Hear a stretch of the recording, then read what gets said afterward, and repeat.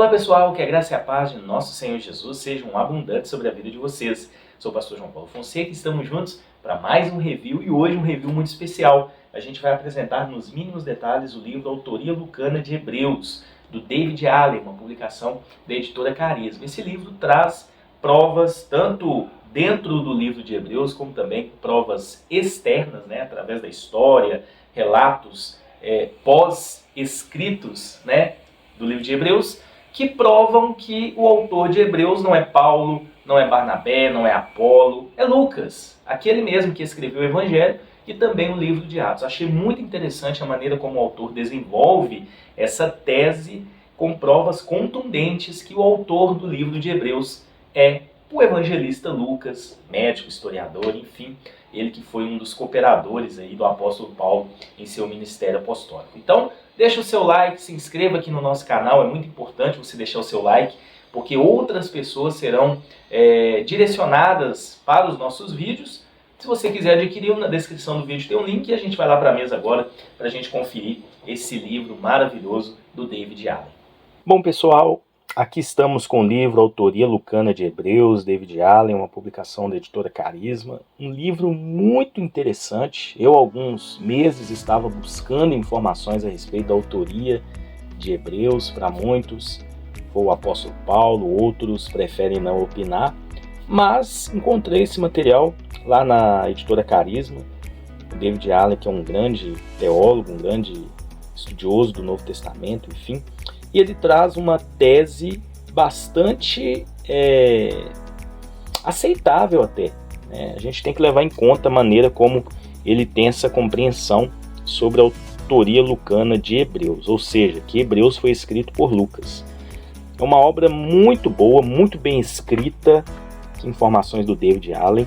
A gente tem 479 páginas e eu li esse livro dentro do ônibus, indo trabalhar. Gastei alguns meses fazendo a leitura, uma leitura bem minuciosa, e eu gostei demais desse livro e quero indicar para vocês. Claro que não é uma certeza que foi Lucas quem escreveu o Hebreus, a gente não sabe realmente, não tem um texto claro dos pais da igreja ou no próprio livro de Hebreus que comprova essa afirmação, mas é uma suposição e a gente tem que levar em conta, Bom, vamos conhecer a obra? Capa muito bonita, muito bem feita.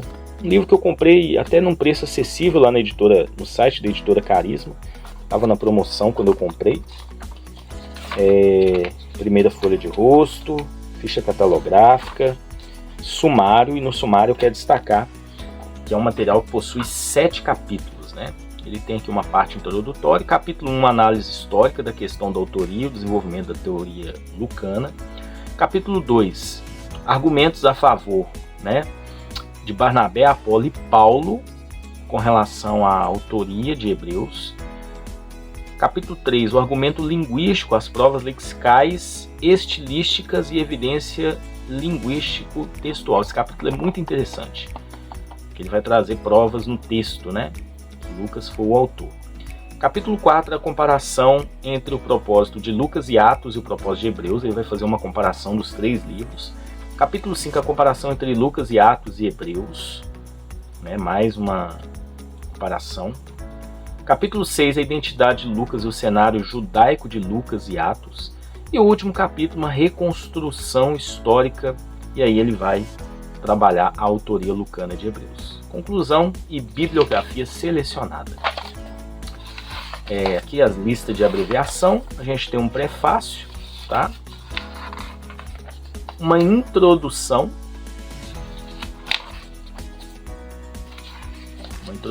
bem assim, explicativa sobre o propósito dele escrever, e aqui ele vai dizer que foi a tese, parece que do doutorado dele, de teologia, enfim.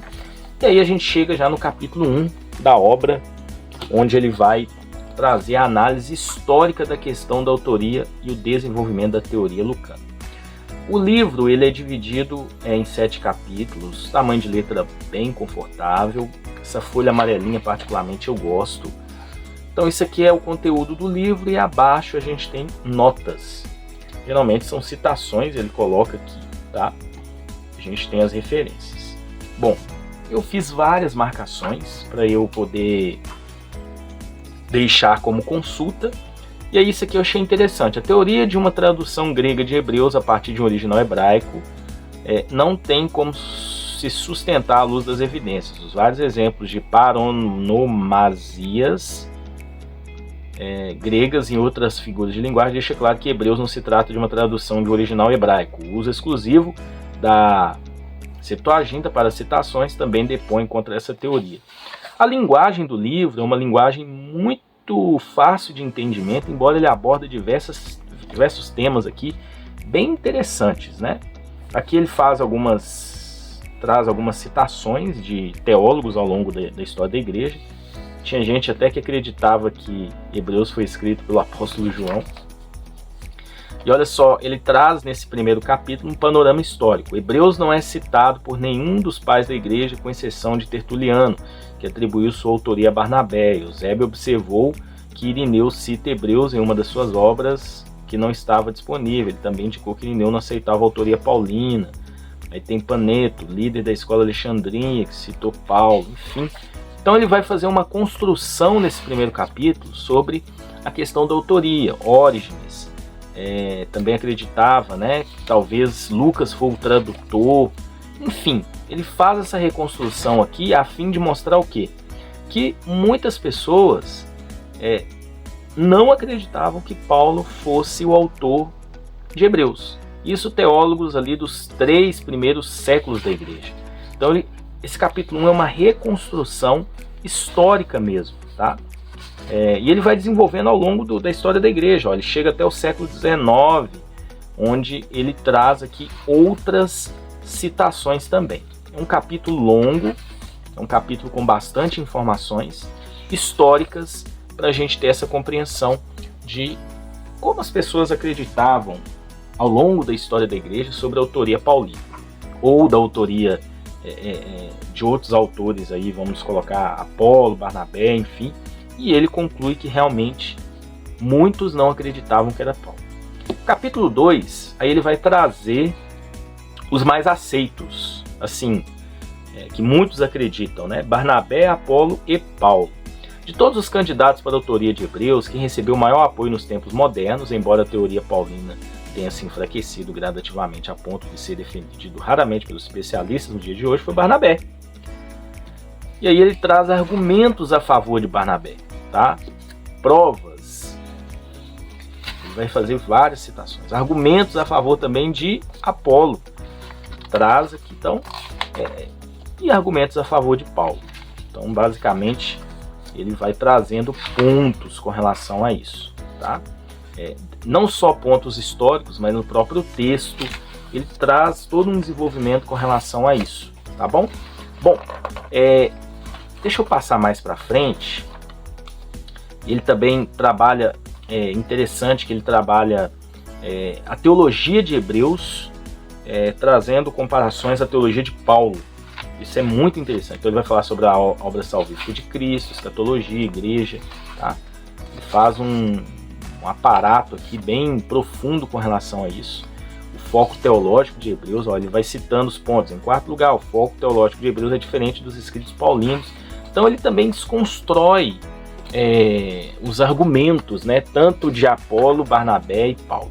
Bom, capítulo 3, aí ele vai falar a respeito do argumento linguístico, as provas lexicais e estilísticas e a evidência linguístico-textual, onde ele de fato desenvolve algumas comparações, Hebreus com Marcos, Hebreus com o Evangelho de João, Hebreus com as cartas petrinas. Olha só, faz vários paralelos, né?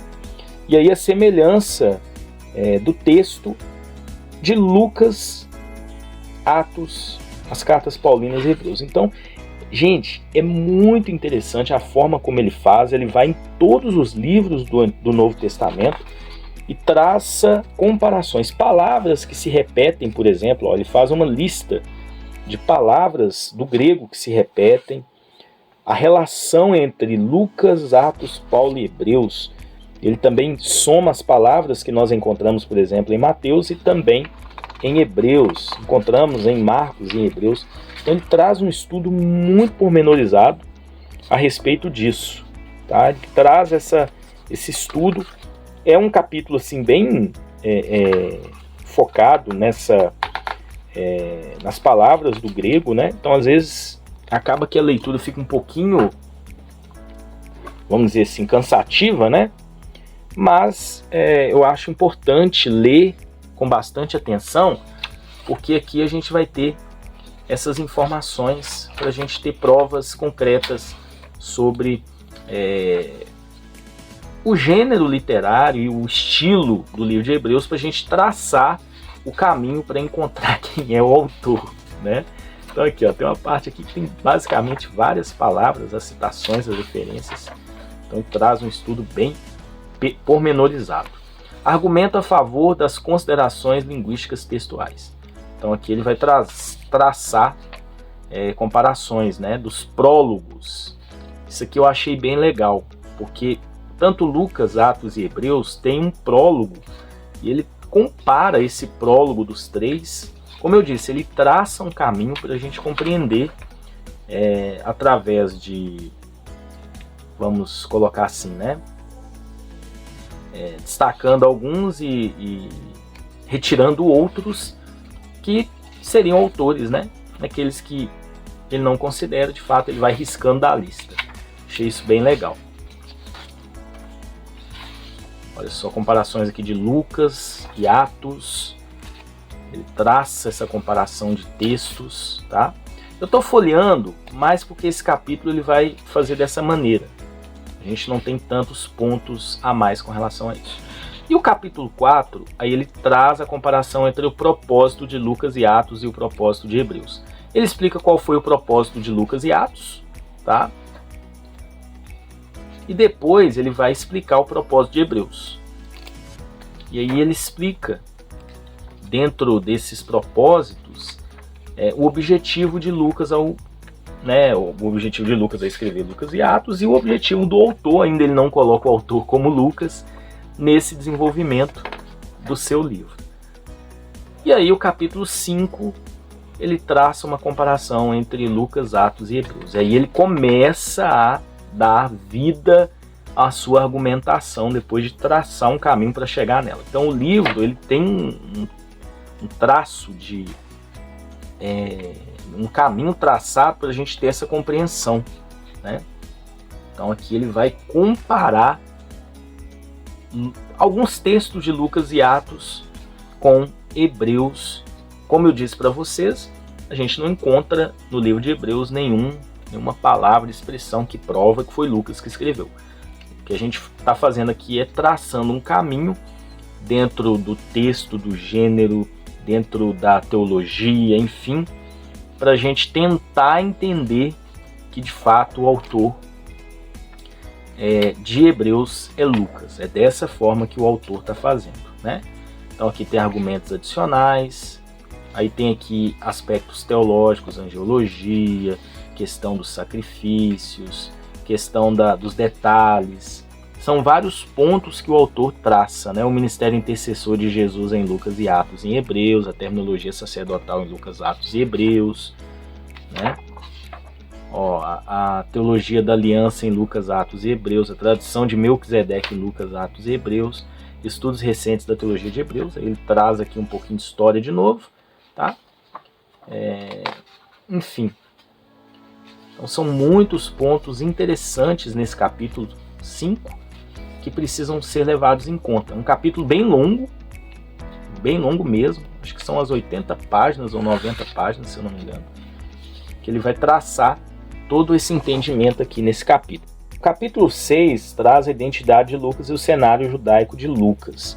E é um capítulo também, como eu disse, ele já está chegando aqui na argumentação que Lucas de fato é o autor de Hebreus, porque muitos colocam Lucas, né, como só um gentil.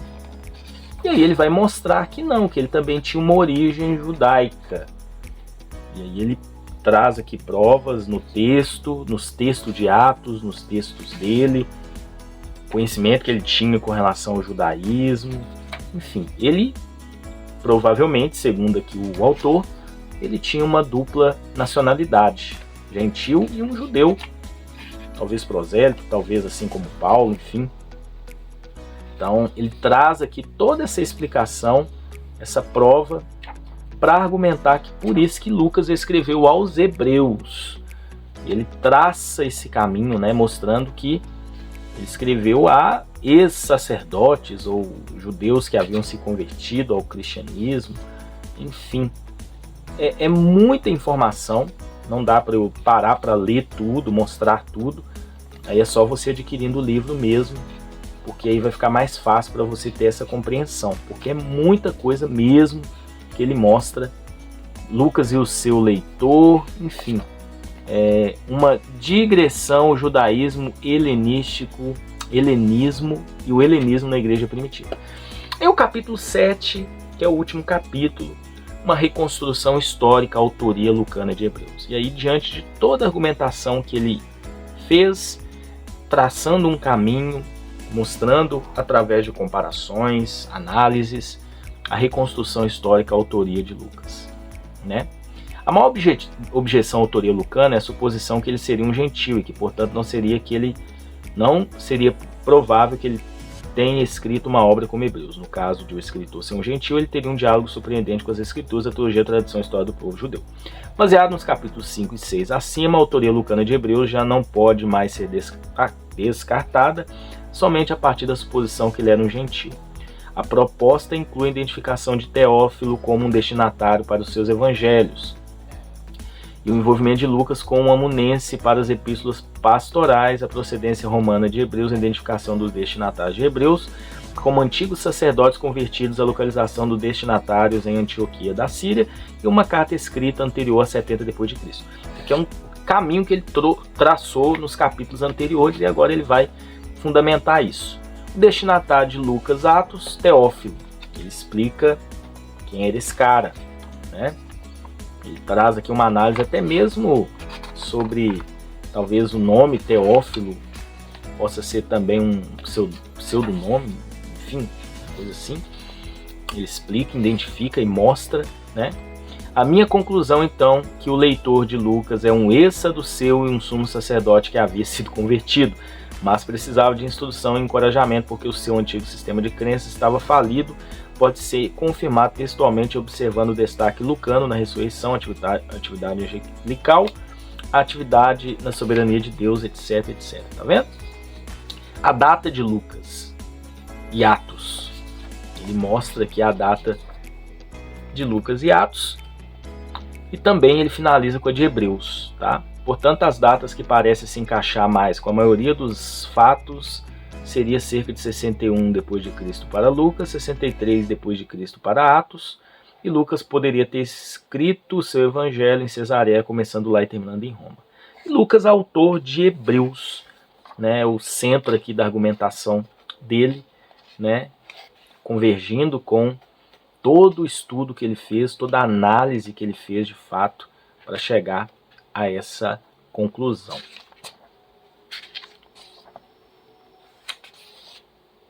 Isso aqui tudo notas, né? O destinatário de Hebreus, acho que não muda muito de acordo com aquilo que a gente encontra nos comentários bíblicos, nos livros introdutórios, né?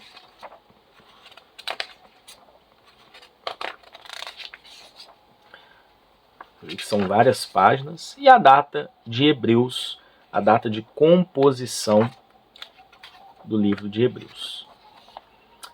E aí também a questão da data de composição de Hebreus sobre o uso do tempo verbal do presente.